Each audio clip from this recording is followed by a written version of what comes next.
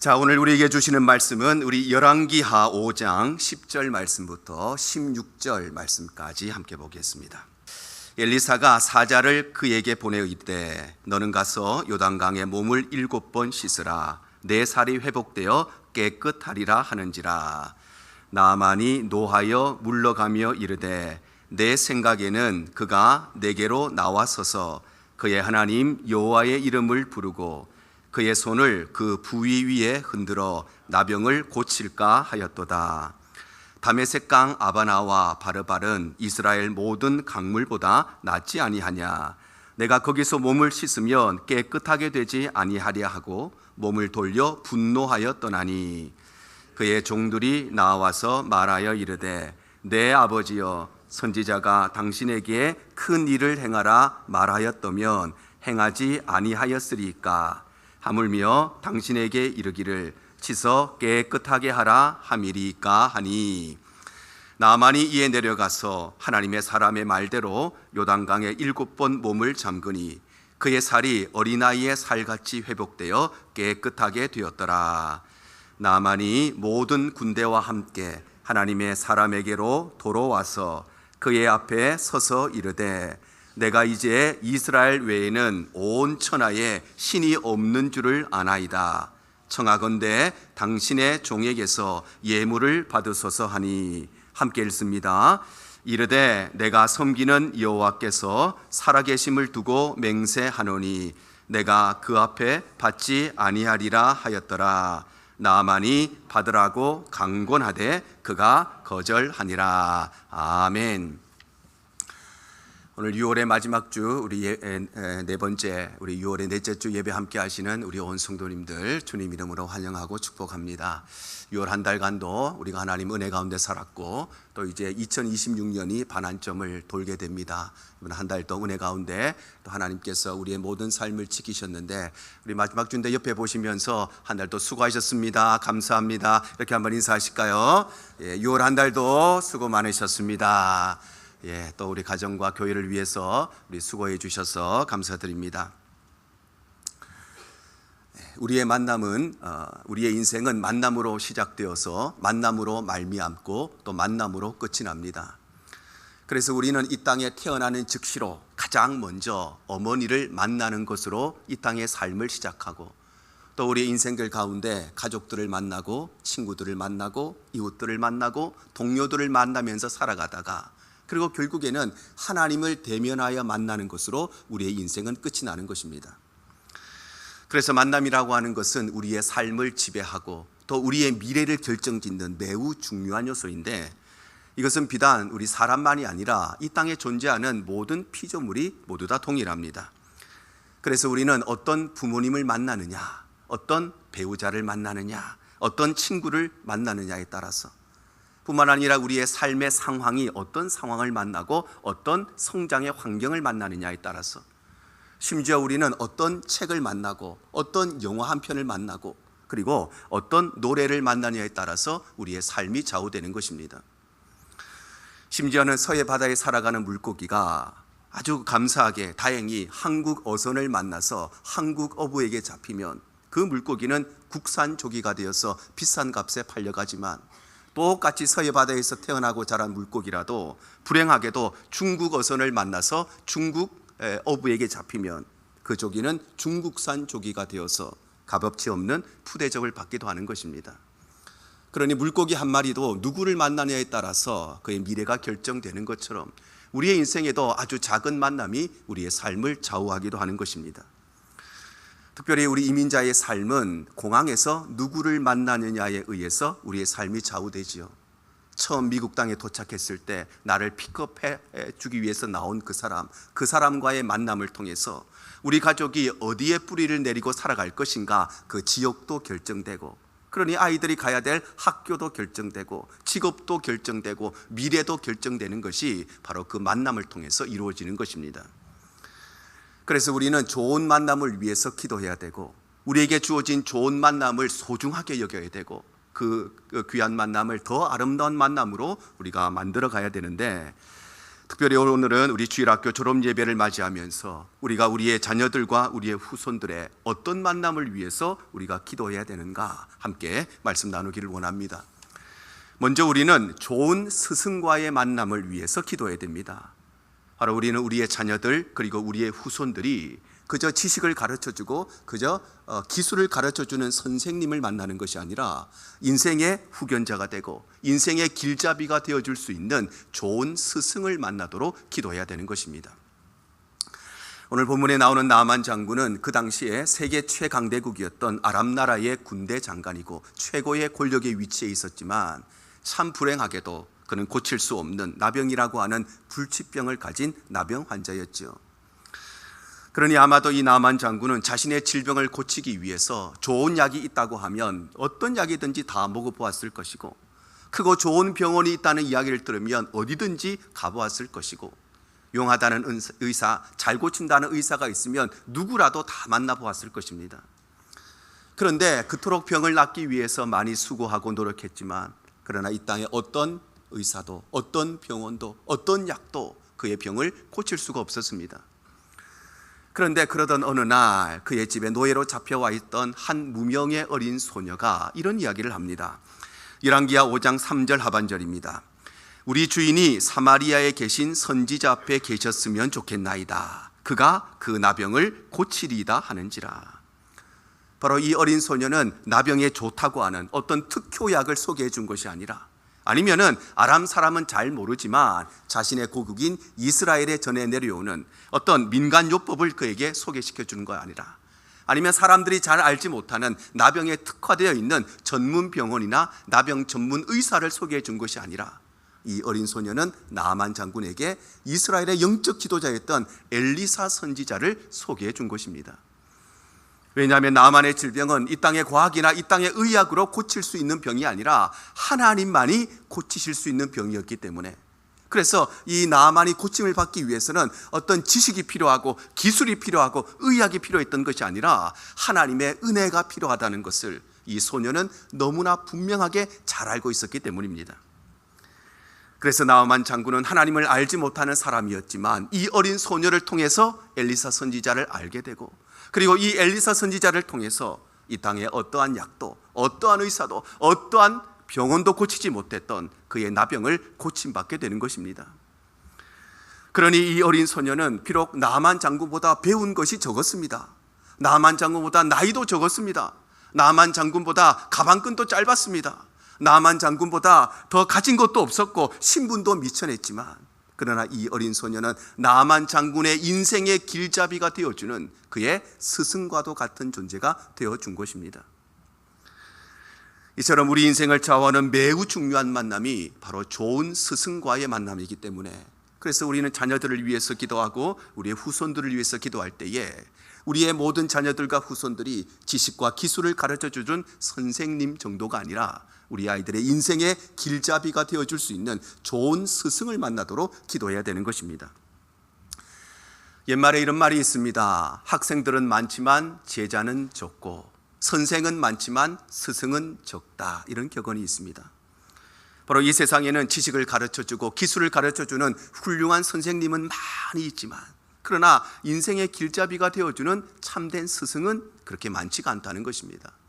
왜냐하면 선생님은 그저 가르쳐주는 사람, 그저 지도해주는 사람, 그저 설명해주는 사람이지만 스승은 내가 가르치고 내가 지도해주는 것을 자신의 삶을 통해서 모범을 보여주는 사람이고 그래서 스승은 제자들의 마음을 감동시키고 그리고 제자들을 변화시키는 사람이 바로 스승이기 때문입니다.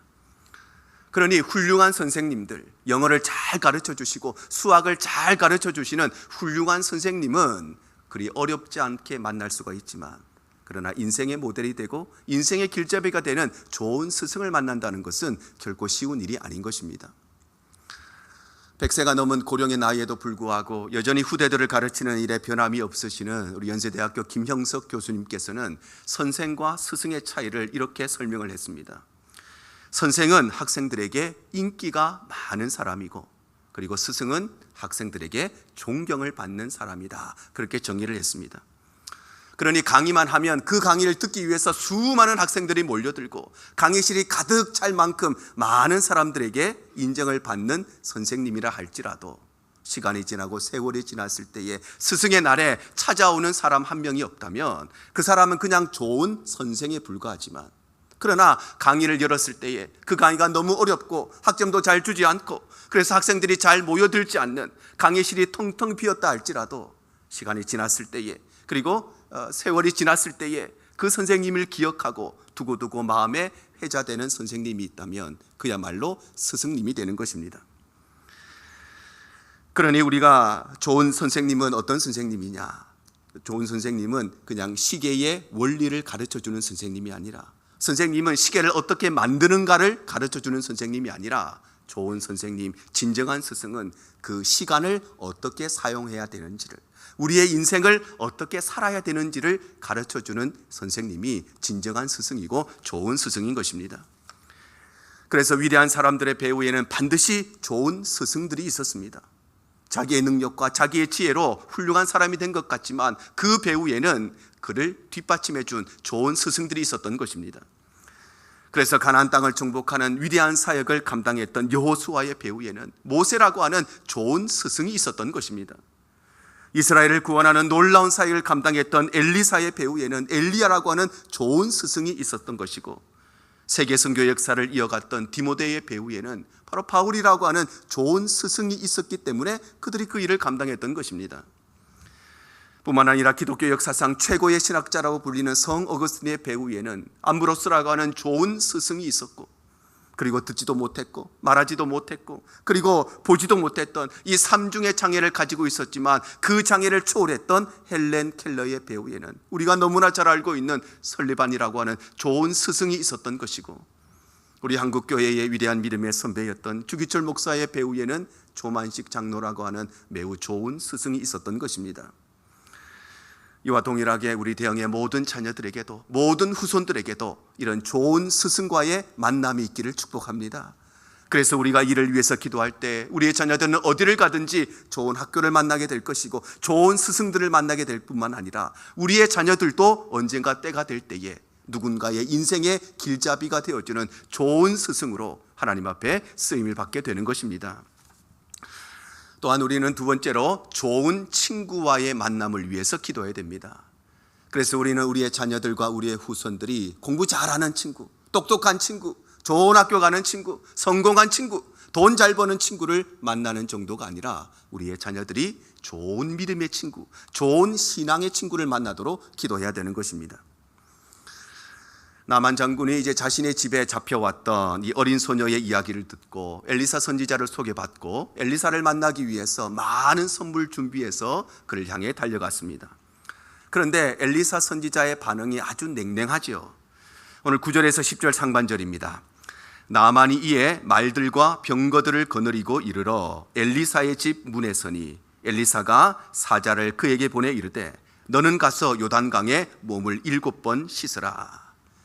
바로 엘리사 선지자는 아람 나라의 군대 장관이라고 하는 최고 권력자가 자신이 집에 왔는데도 불구하고 나가서 그를 환영해 주고 그를 맞이해 준 것이 아니라 그는 코빼기도 보이지 않고 사원 하나를 보내어서 요단강에 가서 7번 몸을 씻으라고 자기 메시지만 그냥 통보해 준 것입니다. 그러니 나만 장군이 얼마나 분노를 합니까? 왜냐하면 이 세상에 자기를 이렇게 대우해 주는 사람이 아무도 없었기 때문입니다. 세계 최강대국이었던 아람 나라의 군대 장관이니 최고의 권력을 가지고 있고 이 사람이 가는 곳마다 사람들이 버선발로 달려나와서 이를 환영해 주고 그를 맞이해 주었는데, 그런데 이 엘리사 선지자는 얼마나 대단한 사람이길래 얼굴도 비치지 않고 사원 하나를 보내어서 종 하나를 보내어서 자기 메시지만 통보를 했기 때문입니다.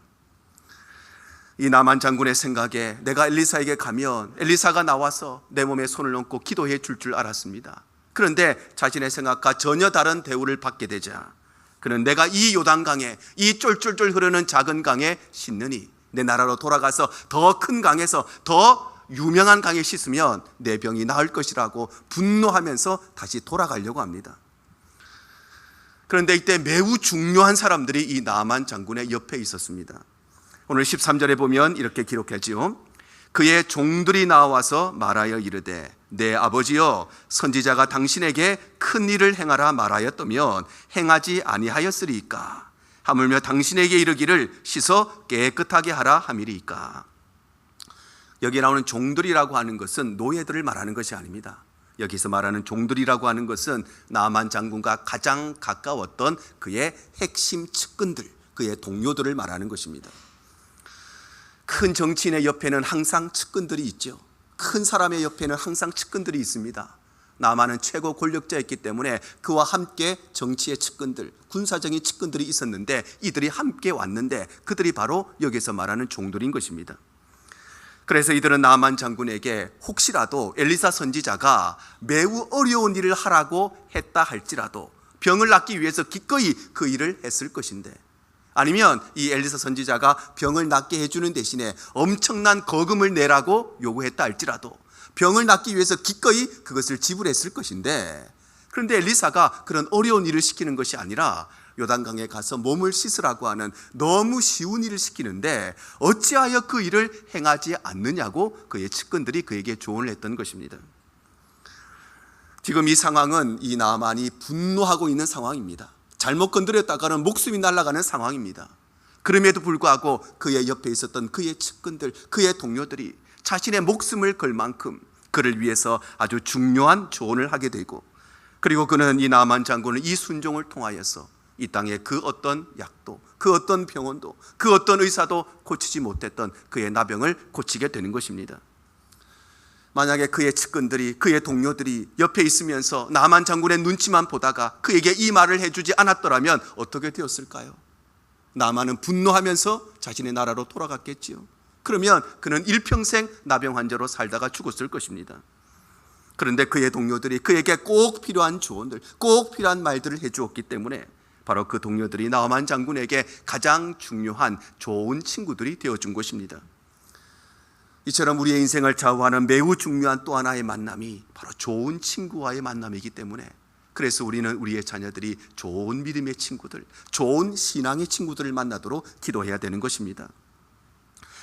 친구들 중에는 크게 세 종류의 친구들이 있습니다. 첫 번째는 밥과 같은 친구가 있습니다. 밥은 우리에게 매일매일 꼭 필요한 존재가 밥이죠. 그러니 밥과 같은 친구라고 하는 것은 우리에게 꼭 필요한 친구, 우리에게 없어서는 안 되는 친구가 바로 밥과 같은 친구입니다. 두 번째는 약과 같은 친구가 있습니다. 약은 매일 필요한 존재가 아니죠. 가끔씩만, 아플 때만 필요한 것이 바로 약입니다. 그래서 약과 같은 친구라고 하는 것은 가끔씩 필요한 친구, 바로 그런 친구가 약과 같은 친구입니다. 그런데 세 번째는 병과 같은 친구가 있습니다. 병은 우리에게 절대 필요 없는, 만나서는 안 되는 그런 것이 바로 병이라고 하는 것이죠. 그러니 병과 같은 친구라고 하는 것은 내 인생에 절대 만나서는 안 되는, 전혀 필요하지 않는 친구가 바로 병과 같은 친구인 것입니다. 그래서 우리가 서로가 서로에게 좋은 친구가 되어야 되는 것은, 내가 밥과 같은 꼭 필요한 친구를 만나게 되면 나 역시도 그 누군가에게 없어서는 안 되는 좋은 친구가 될 수 있기 때문입니다. 그래서 잠언 13장 20절에 이렇게 말씀을 합니다. 지혜로운 자와 동행하면 지혜를 얻고 미련한 자와 사귀면 해를 받느니라. 바로 지혜로운 사람과 친구가 되면 나도 지혜로운 사람이 되고, 그리고 미련한 사람과 친구가 되면 나도 미련한 사람이 된다는 것입니다. 그러니 불평하는 사람과 친구가 되면 나도 불평하는 사람이 되고, 비판하는 사람과 친구가 되면 나도 비판하는 사람이 되고, 놀러 다니는 사람과 친구가 되면 나도 놀러 다니는 사람이 되는 것입니다. 그러나 기도하는 사람과 친구가 되면 나도 기도하는 사람이 되고, 헌신하는 사람과 친구가 되면 나도 헌신하는 사람이 되고, 감사하는 사람과 친구가 되면 나도 감사하는 사람이 되는 것입니다. 한 심리학자의 통계에 의하면 비만인 사람의 친구도 비만이 될 확률이 매우 높다고 합니다. 나는 비만이 아닌데, 나는 날씬한 사람인데, 그런데 뚱뚱한 사람, 비만인 사람과 친구가 되면 나도 그런 사람이 될 확률이 높아지고, 심지어 이 조사에 의하면 비만인 사람이 내 친구의 친구라 할지라도 나도 그렇게 될 확률이 적지 않게 있다는 것입니다. 우리의 신앙도 마찬가지죠. 예배 시간에 조는 사람과 친구가 되면 나도 조는 사람이 되는데, 그 사람의 친구의 친구까지 조는 사람이 되는 것입니다. 여러분, 우리의 인생은 누구를 만나냐에 따라서 적지 않은 영향들을 받게 되는 것입니다.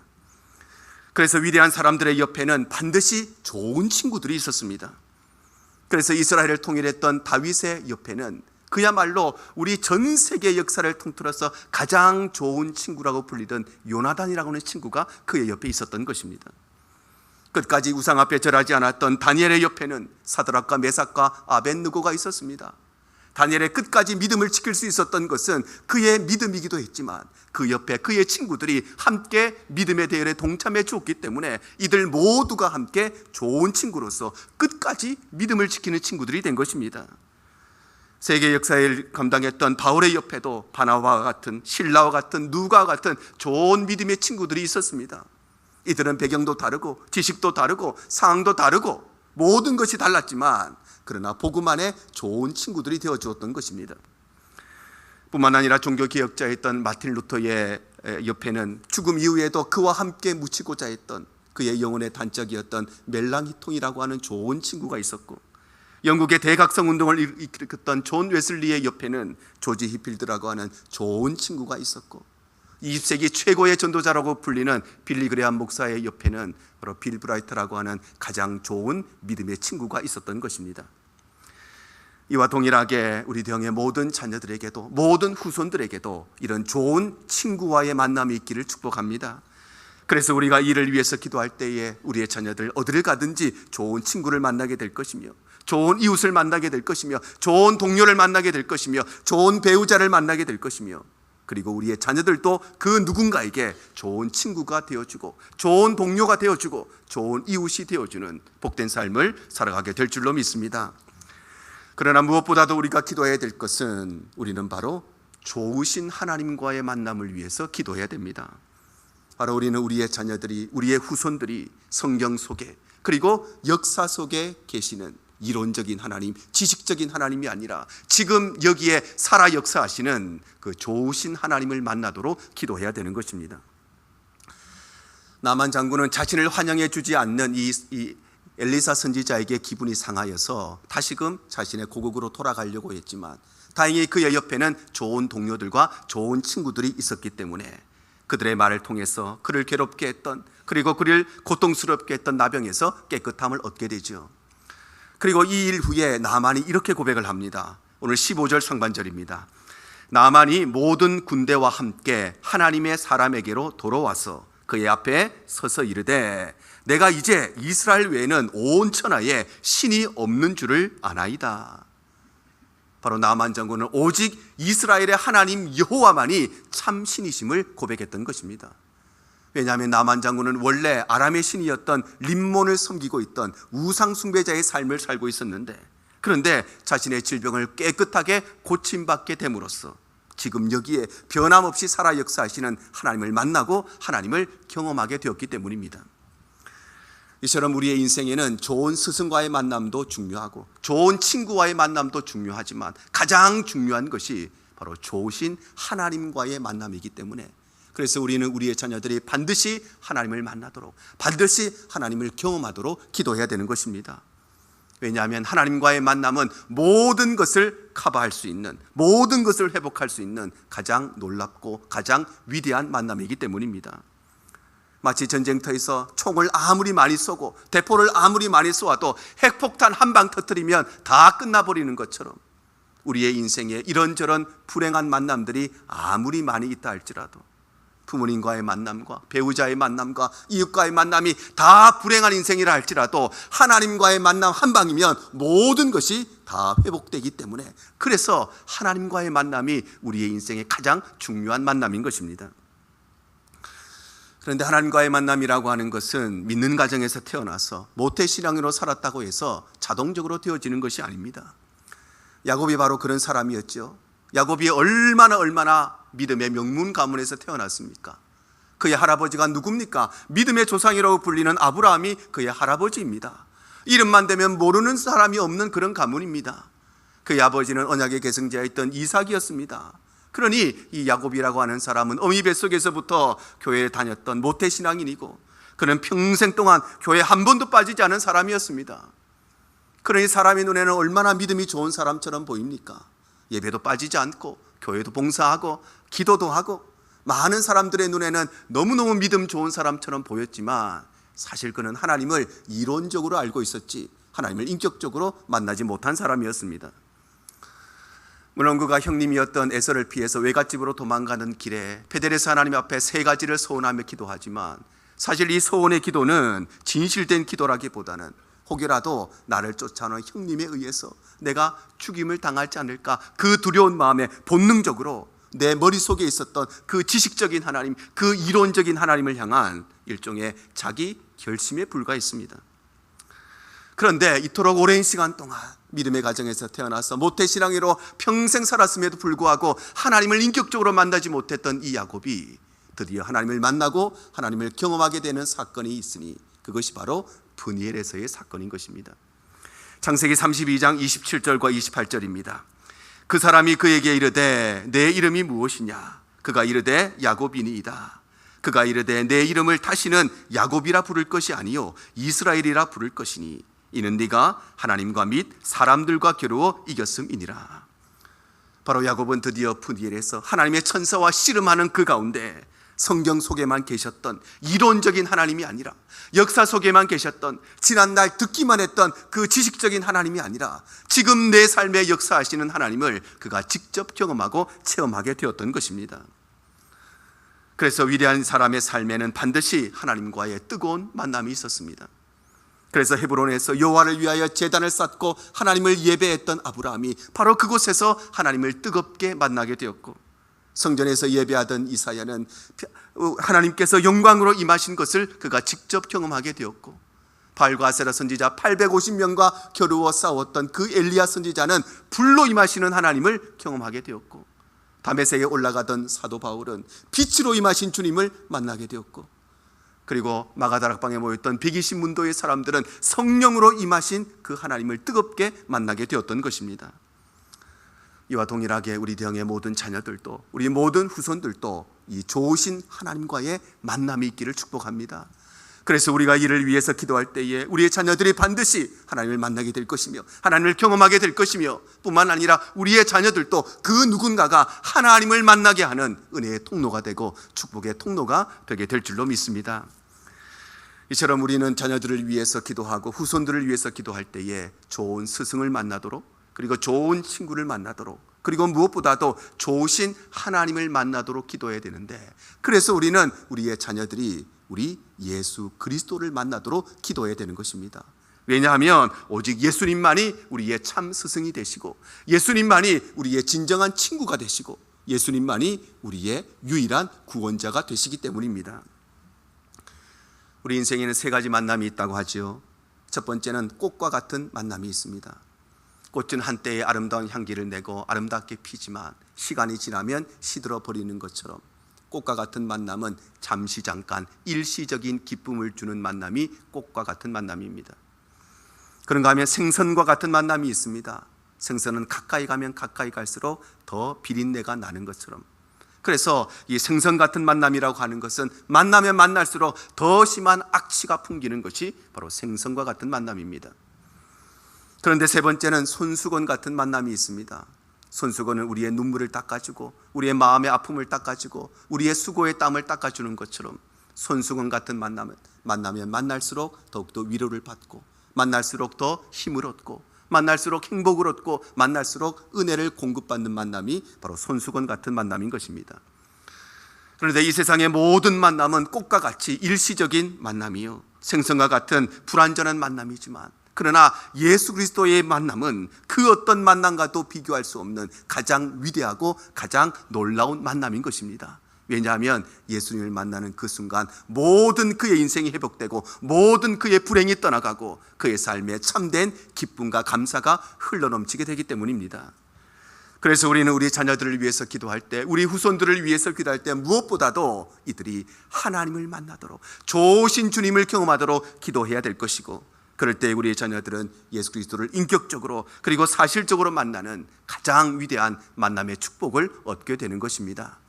우리 대형의 모든 성도들이 오늘 이 말씀을 기억하셔서 우리의 모든 가정들과 우리 모든 자녀들이 예수님과의 뜨거운 만남을 경험하는 복된 삶이 되시기를 주님 이름으로 축복합니다.